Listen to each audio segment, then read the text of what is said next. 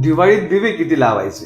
प्रत्येक गोष्ट मोजून केली जाते. भगवंताला माळ, महादेवाला 108 बेलाचे पानं वाहिले जातात. दुर्व्याच्या काड्या ज्या असतात ते 21-51 अशा असतात.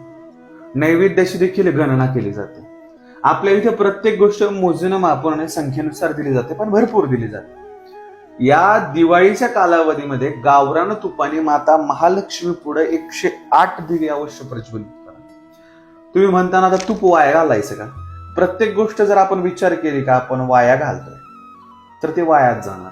परंतु याच्या मागलं सायंटिफिकली कारण सांगतो. गिर गाईच्या तुपाने जर 108 दिवे आपल्या घराभोवती आपण पेटवले, त्याने ऑक्सिजन लेवल वाढतीच, परंतु निगेटिव्हिटी जी आहे ती क्षणात दूर होते. अमावस्येची रात्र असते, या वर्षभरातली सर्वात काळी रात्र ही दिवाळीची रात्र असते.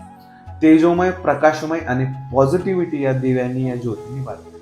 आणि तुपाचा दिवा एक वेगळा आयुर्वेदिक रिझन असणारा दीप आहे. म्हणून या दिवशी 108 दिवे सर्वप्रथम महालक्ष्मी पुढे तुपाने बारीकच लावा, की नसन दिवे जमत तर वात लावा, परंतु महालक्ष्मी पुढं जिथं पूजा केली तिथं सर्वप्रथम प्रज्वलित करायचे आणि त्यानंतर आपल्या घराभोवती ठेवायचे. त्याचा एक वेगळाच प्रभाव असतो. ओम महादेव.